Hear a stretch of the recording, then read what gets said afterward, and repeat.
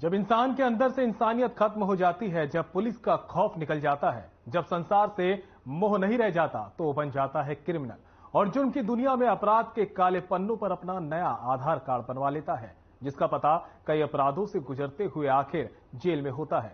जुर्म के अनोखे अफसाने, हैरतअंगेज और खौफनाक वारदात की खून से तनी तस्वीरें, काले कारनामों की कहानी जो आपके रोंगटे खड़े कर देगी। लेकिन हमारा मकसद सनसनी फैलाना नहीं, बल्कि आपको सावधान करना है कि कहीं कातिल आपके आसपास तो नहीं है। तो आज भी हाजिर हूं मैं, संदीप निरंजन सरकार, सनसनी से भरी कई वारदातों के किस्सों को लेकर, जो कराएगी आपको सच से रूबरू और कराएगी आपको दुनिया की सच्चाई से रूबरू। हम आपको दिखाएंगे जुर्म से जुड़ी हर खबर, क्योंकि आपके हर तरफ घूम रहे हैं क्रिमिनल। तो हो जाए तैयार और खोल लीजिए आंख और कान।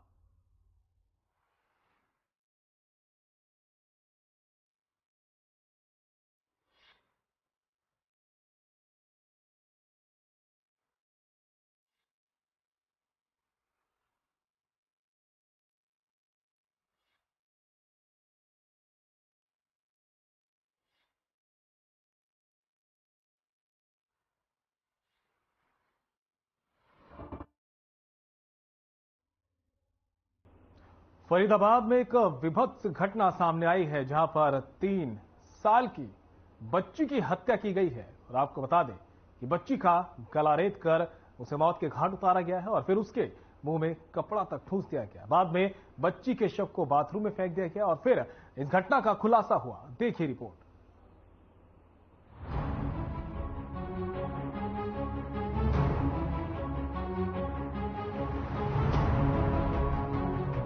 जानकारी के अनुसार फरीदाबाद की राजीव कॉलोनी का ये मामला है।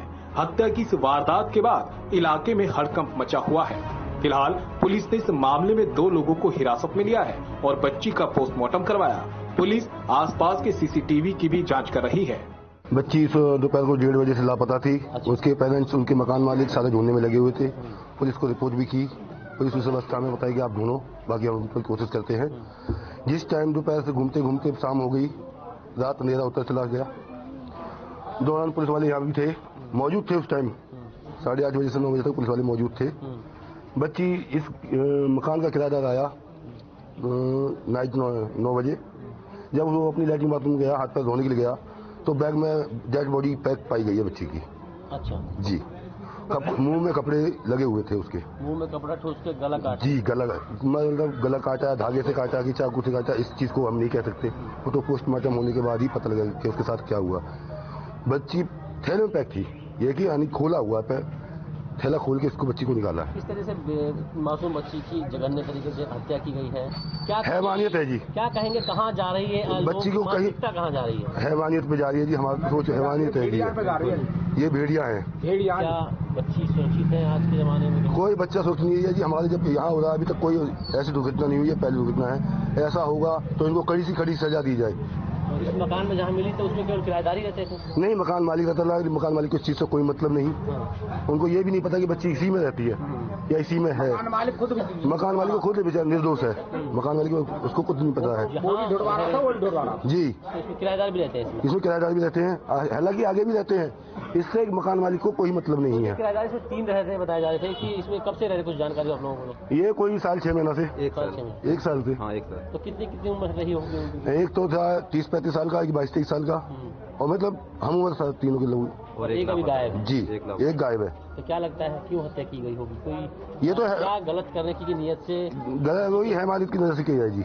नशे की हालत में हैवान थे वो, एक दरिंदे हैं। कैसी सजा चाहेंगे? सजा कड़ी से कड़ी सजा मिले। हम तो नहीं, मौत से ज्यादा जो कड़ी सजा हो उनको वो देनी चाहिए। मौत होनी चाहिए। मौत से भी कड़ी सजा कोई हो। मौत से बड़ी कोई सजा नहीं, चाहे कुछ भी हो, हाथ पैर काट के उनको चौराहे पे डालने चाहिए। ऐसे बच्चे हमारे सुरक्षित नहीं रहेंगे। ऐसा ही बच्चे सुरक्षित नहीं। हम तो प्रशासन से यही कहेंगे, हमारे साथ रहो, बच्चों को सुरक्षित रखो। बच्चे हर घर में हैं। बच्ची के परिजनों का कहना है कि दोपहर को बच्ची खेल रही थी। इस दौरान अचानक गायब हो गई।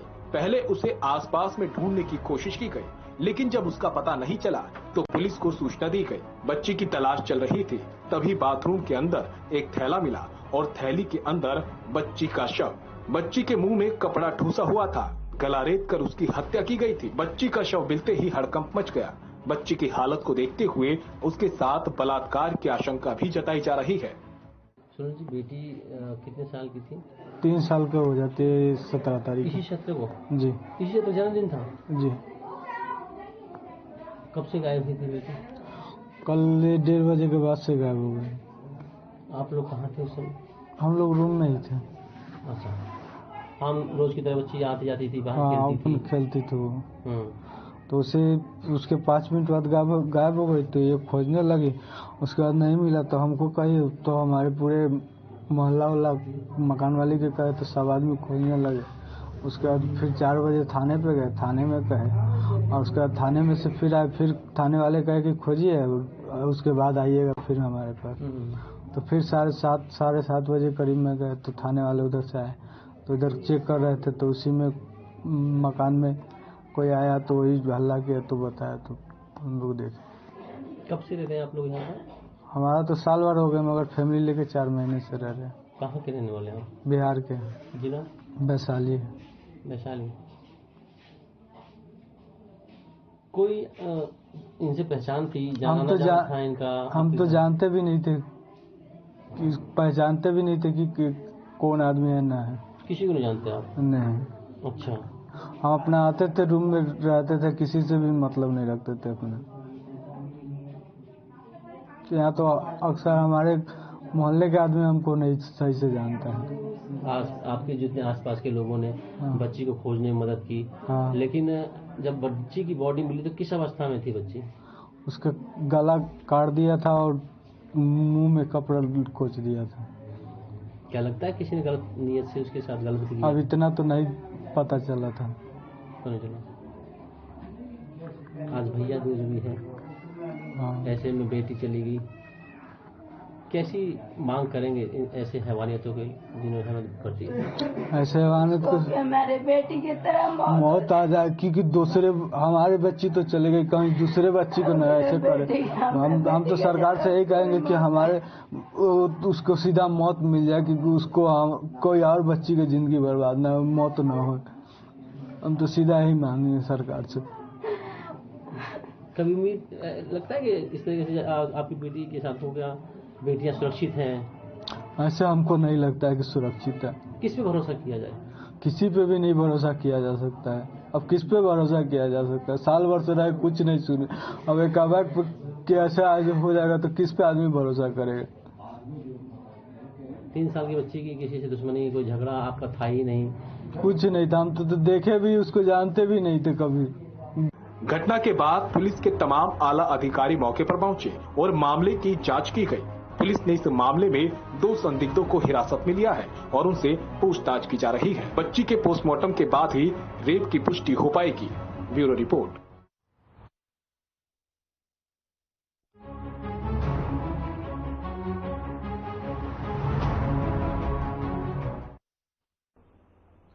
रेवाड़ी के गांव खुरमपुर में एक युवक की हत्या की गई। दरअसल जमीन को लेकर चले आ रहे पारिवारिक विवाद में युवक की छाती में गोली मारी गई। वारदात को अंजाम देने वाले आरोपी मौके से फरार हो गए, जिसके बाद बावल थाना पुलिस ने इस मामले में 6 लोगों पर एफआईआर दर्ज कर ली है और 2 लोगों को गिरफ्तार भी कर लिया है।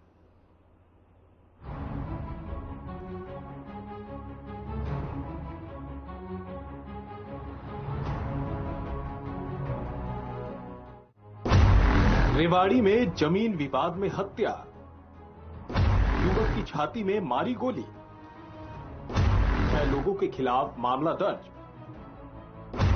2 अपराधियों को पुलिस ने किया गिरफ्तार। डीएसपी नरेंद्र सांगवान ने बताया कि बावल कस्बा के गांव खुरमपुर निवासी अमित के पिता का जमीन को लेकर परिवार के सदस्यों से ही विवाद चल रहा था। शुक्रवार को अमित के अलावा उसके परिवार के अन्य सदस्य खेत में गए हुए थे, जहां पर दूसरे पक्ष के लोग भी पहुंच गए। पहले कहासुनी हुई और फिर दोनों पक्षों के बीच झगड़ा हो गया। इस दौरान एक शख्स ने पिस्तौल से गोली चला दी। पुलिस ने अमित के शव को कब्जे में लेकर पोस्टमार्टम के लिए भेज दिया है। डीएसपी नरेंद्र सांगवान को मिली सूचना, जमीन विवाद में 2 गुट आपस में भिड़े, एक शख्स की गोली लगने से हुई मौत।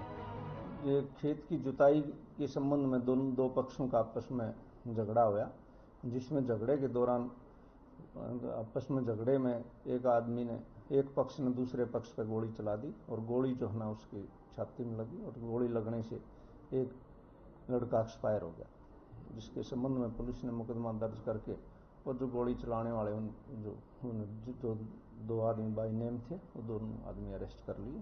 बाकी और जो अन्य नाम हैं उनके संबंध में तफ्तीश जारी है।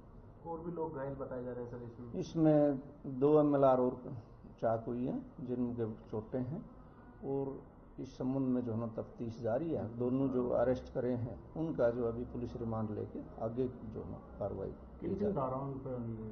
इसमें जो 302, 307, 148, 49 झगड़ा 25, 54, 18 में झगड़ा जो है कोई जमीन का विवाद है जिसका आपस में कोर्ट में केस चल रहा है, उसकी वजह से जो है झगड़ा हुआ। डीएसपी नरेंद्र सांगवान ने बताया कि सूचना मिली थी कि खुरामपुर गांव में जमीन विवाद को लेकर आपस में 2 पक्ष भिड़ गए हैं और जिसमें एक शख्स की गोली लगने से मौत हो गई। शिकायत के आधार पर 6 लोगों के खिलाफ मामला दर्ज कर लिया है और 2 लोगों को इस पूरे मामले में अभी गिरफ्तार कर लिया है, जिन्हें कोर्ट में पेश कर रिमांड पर लिया जाएगा। फिलहाल इस पूरे मामले को लेकर पुलिस अभी भी जांच कर रही है, लेकिन सवाल ये है कि जिस व्यक्ति की इतनी बेरहमी से हत्या की गई, क्या वो वापस आ पाएगा? लोग इतने बेरहम हो गए हैं कि लोग दौलत और शोहरत के लिए अपनों का गला घोट रहे हैं। Bureau report.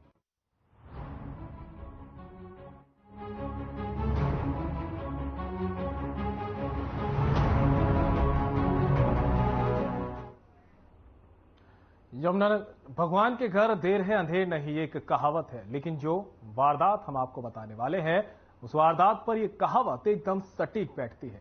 दरअसल अपराधी इतने बेखौफ हो गए हैं कि उन्हें मंदिर के अंदर पुजारी की भी हत्या करने में कोई डर नहीं लगा। उन्हें लगता है कि हम अपराध को अंजाम दे देंगे और इसकी जानकारी किसी को नहीं लगेगी, लेकिन कहते हैं ना कि जैसा बोओगे वैसा ही काटोगे।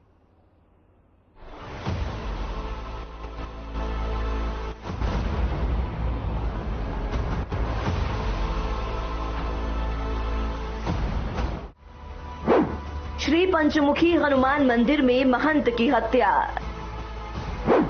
24 घंटे के अंदर पुलिस ने सुलझाया मामला। लूटपाट के इरादे से की गई महंत की हत्या। आरोपियों को पुलिस ने किया गिरफ्तार। भगवान के घर देर है अंधेर नहीं।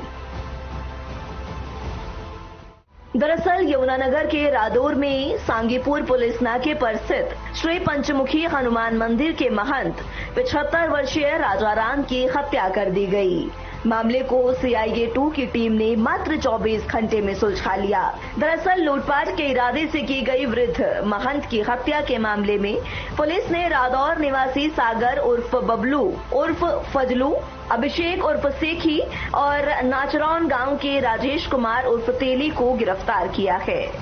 सांगीपुर नाके के पास पंचमुखी हनुमान मंदिर में एक राजाराम नाम के साधु की हत्या कर दी गई थी, जिस पर रादौर थाने में हत्या का मुकदमा दर्ज किया गया था। जो इस मामले की जांच श्रीमान SP साहब श्री गंगाराम पुनिया जी ने मामले की गंभीरता को देखते हुए CIA 2 को सौंपी थी। जो हमारी CIA 2 की टीम ने श्रीमान SP साहब के निर्देशानुसार काम करते हुए करीब 24 घंटे में इस वारदात में शामिल तीनों आरोपी, जिनके नाम सागर उर्फ गोलू, अभिषेक उर्फ शंकी और राजेश उर्फ तेली हैं, उनको 24 घंटे के अंदर गिरफ्तार करने में सफलता प्राप्त की है। आरोपियों से की गई कड़ी पूछताछ में आरोपियों ने कबूल किया है कि वो मंदिर में दान पात्र में रखी राशि चुराने गए थे। इस दौरान मंदिर के महंत जाग गए और उन्होंने इसका विरोध किया, जिस पर उन्होंने महंत की डंडों और ईंटों से पीट कर हत्या कर दी। हत्या के बाद मौके से फरार हो गए थे। तीनों युवक नशे के आदी हैं, जिन पर पहले भी मामले दर्ज हैं। पुलिस ने गिरफ्तार किए गए तीनों युवकों को न्यायालय में पेश किया, जहां उन्हें न्यायालय ने 3 दिन के रिमांड पर भेज दिया है। पुलिस रिमांड के दौरान हथियारों से हत्या में इस्तेमाल किए गए डंडे और अन्य सामान बरामद करेगी। पेश अदालत करके रिमांड लिया जाएगा। ये लूटपाट के इरादे से मंदिर में घुसे थे और लूटपाट के इरादे से ही इन्होंने हत्या की है। इनके खिलाफ चोरी वगैरह के मुकदमे दर्ज हैं। ये हम वेरीफाई कर रहे हैं कि इसके खिलाफ कितने मुकदमे दर्ज हैं। दरअसल पुलिस ने हनुमान मंदिर में पुजारी राजाराम के पास रोजमर्रा में आने वाले लोगों और क्षेत्र के संदिग्धों के बारे में जानकारी जुटानी शुरू की। इसके अलावा पुलिस ने साइबर सेल से भी मदद ली, जिसकी मदद से पुलिस आरोपियों तक पहुंच सकी। वहीं मृतक पुजारी के छोटे भाई रादौर की ओल्ड कॉलोनी के डॉक्टर राजकुमार ने पुलिस शिकायत दी थी कि उनका बड़ा भाई राजाराम सांगीपुर नाके पर स्थित श्री पंचमुखी हनुमान मंदिर में पिछले लगभग 15 वर्षों से पुजारी था। वो मंदिर में बने कमरे में रहता था।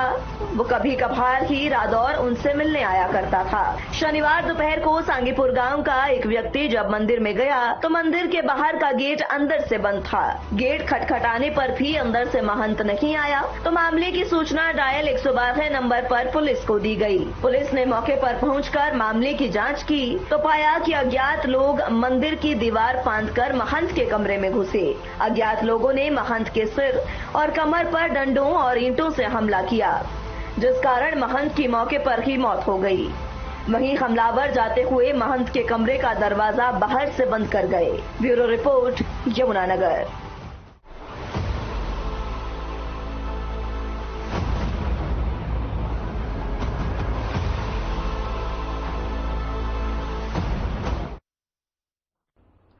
फरीदाबाद की 5 भगत सिंह कॉलोनी में मंगलवार की शाम करीब 7:30 बजे से लापता 6 साल के मासूम का शव उसी की बुआ के घर में डबल बेड के अंदर मिला। शव मिलने के बाद इलाके में हड़कंप मच गया है। फिलहाल पुलिस ने आरोपी फूफा को दिल्ली से हिरासत में ले लिया है, जिसकी निशानदेही पर ही बच्चे के शव को उसके घर के डबल बेड से बरामद किया गया।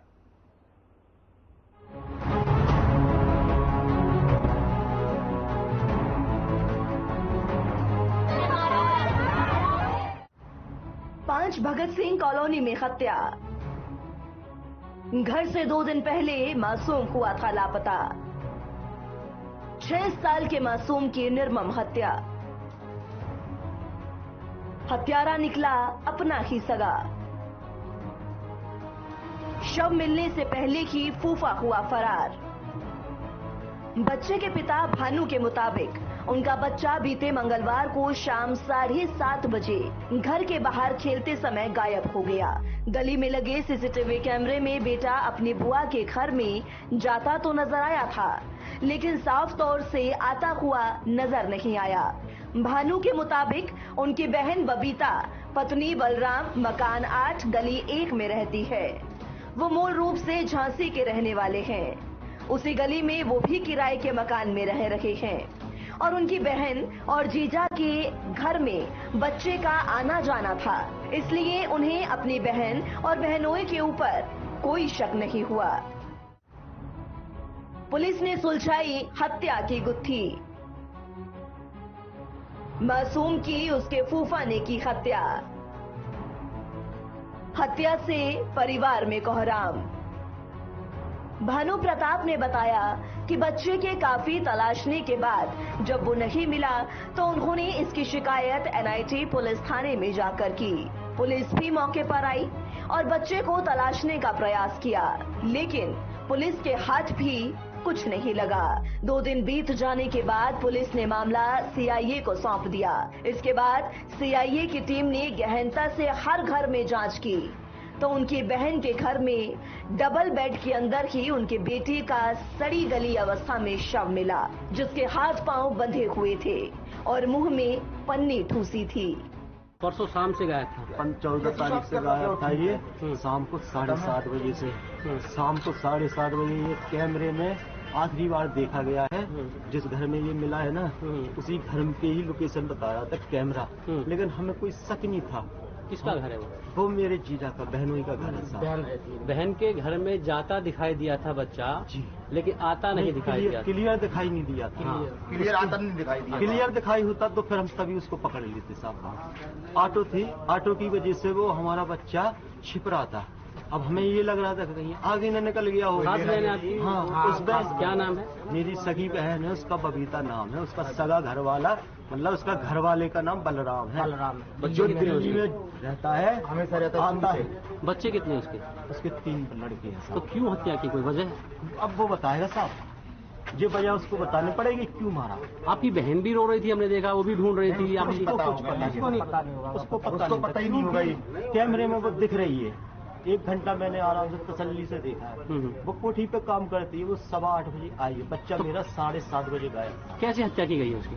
ये पता नहीं, अब बताएंगे वो। जब वो कोठी पे काम करने गई अभी तो आता है, 1-2 दिन के लिए अभी तो उसके दोनों हाथ बांध रखे हैं, मुंह में पन्नी है और आगे पता नहीं क्या करा, कैसे मारा उसको। पूरा आग बाहर से निकल आई है। उसके पलपोटी भी है। अब कैसे पता क्या क्या साहब पता है ऐसे चला है। क्राइम ब्रांच वालों ने 2 लड़के उनके दिल्ली लेकर गए थे उसके बाप के पास, क्योंकि जब मेरा बच्चा जब गुम हो गया था तो पुलिस की टीम आई, जो उन्होंने घर की तलाशी ली, लेकिन अच्छी तरह से नहीं ले पाई उसके लिए। अगर ले होती तो मेरा बच्चा तभी मिल जाता, उस टाइम मिलता। तो वो वापस उसी टाइम से जब तलाशी हुई तभी से वो गायब। आपका बहन हुई? तभी से वो गायब था। मोबाइल अपने छोटे बेटे को वो दे दिया। तो ऐसी क्या रंजिश थी? कोई रंजिश थी आपकी? कुछ झगड़ा लड़ाई लेन देन? रंजिश होती तो सबसे पहले मैं वहीं घुसता जी, चेक करता। भाई से मेरी जान बनती नहीं है तो मैं यहाँ चेक करता। इसलिए आपका शक भी नहीं था? कोई शक नहीं। आना जाना नॉर्मल बहन की भाई की तरह? बिल्कुल। बच्चे सब मेरे वही खेलते थे साथ। बच्चे पाले, बहन ने बच्चे पाले छोटे छोटे, रहते वहीं पे, खेलते थे, आते थे, जाते। दिया काम कर गया, जे बहनों ही काम कर गया। तो क्या लगता है कुछ गलत किया होगा उसके साथ, फिर हत्या की है? दिखाएगा साहब, जो भी पोस्टमार्टम में आएगा वो बात। ऐसी तो कोई लेन देन तो था नहीं, वजह वही हो सकती है। उसने ड्रिंक कर रखी थी साहब। हो सकता है गलत भी किया हो बच्चे के साथ। अब ये तो साहब पोस्टमार्टम के बाद पता लगेगा। हालत ऐसी है। क्या मांग करते हैं? क्या मांग करते हैं? मांग मैं अगर प्रशासन इजाजत दे दे तो मैं अपने हाथ से उसे मानना चाहता हूँ। भानु प्रताप ने बताया कि यदि उन्हें अपनी बहन और जीजा पर कोई शक होता तो वो पहले ही बच्चे को तलाश लेते, तो शायद उनके बच्चे की जान बच पाती। वहीं भानु प्रताप ने मांग की है कि यदि प्रशासन उन्हें इजाजत दे तो वो अपने हाथों से अपने जीजा को सजा देना चाहता है। वहीं बच्चों की दादी पूनम ने बताया, कई साल पहले उनका दामाद बलराम उनकी बेटी बबीता को पीट रहा था। इसके बाद उनके बेटे भानु ने अपनी बहन को बचाते हुए बलराम को थप्पड़ मार दिए थे। बलराम ने भानु को देख लेने और खून के आंसू रुलाने की धमकी दी थी, जिसका भानु प्रताप ने बदला लिया है। बच्चे की मां ने बताया कि बलराम बच्चों के गुम होने के बाद से उनके साथ मिलकर बच्चों को तलाशने का ड्रामा भी कर रहा था। सूबे सिंह पुलिस प्रवक्ता ने मामले में कहा कि आरोपी बलराम को दिल्ली से हिरासत में लिया गया। उसी की निशानदेही पर बच्चे का शव डबल बेड से बरामद कर लिया गया है। Bureau report.